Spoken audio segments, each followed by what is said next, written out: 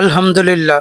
আজকে প্রজেক্ট ঈদে মিলাদুন্নবী এর পক্ষ থেকে খাবার বিতরণ অনুষ্ঠিত হলো প্রতিদিনের মতোই। আজকের দিনটি বিশেষ, কারণ এটি আমাদের পঞ্চম দিনের খাবার বিতরণ। সামনে রয়েছে পুরো রবিউল আউয়াল মাস, অর্থাৎ আরো বহুদিন আমরা ইনশাল্লাহ এভাবে খাবার পৌঁছে দেব মানুষের কাছে। খাবার হাতে পেয়ে শিশুদের মুখে ফুটে উঠল এক অনন্য হাসি। কেউ বলল, আজকের খাবারটা খুবই মজাদার হবে।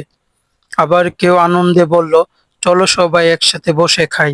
এইসব ছোট ছোট কথোপকথন আমাদের হৃদয়কে স্পর্শ করে, কারণ এতে প্রকাশ পায় শিশুদের আনন্দ, তাদের নির্ভেজাল খুশি আর সুন্দর মিলন মেলা।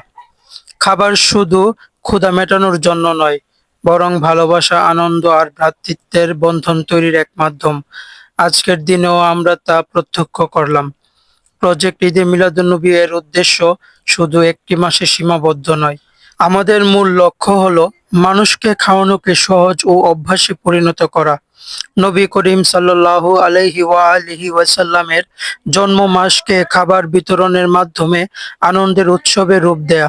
ধনী গরিব সবাই যেন এই মহান মাসে এক কাতারে দাঁড়িয়ে যায়, একজন অন্যজনের মুখে খাবার তুলে দেয়, যাতে পৃথিবীর বিভিন্ন প্রান্তে ছড়িয়ে পড়ে এই বার্তা, তুমি ক্ষুধার্তকে খাদ্য খাওয়াবে।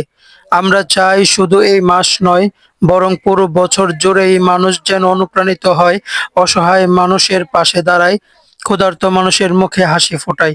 আসুন আমরা সবাই মিলে দোয়া করি, আল্লাহ তাআলা যেন আমাদের এই ক্ষুদ্র প্রয়াসকে কবুল করে, আমাদেরকে আরো বড় পরিসরে কাজ করার তৌফিক দেন এবং মানবতার সেবায় আমাদের পদক্ষেপকে সাফল্যমণ্ডিত করেন।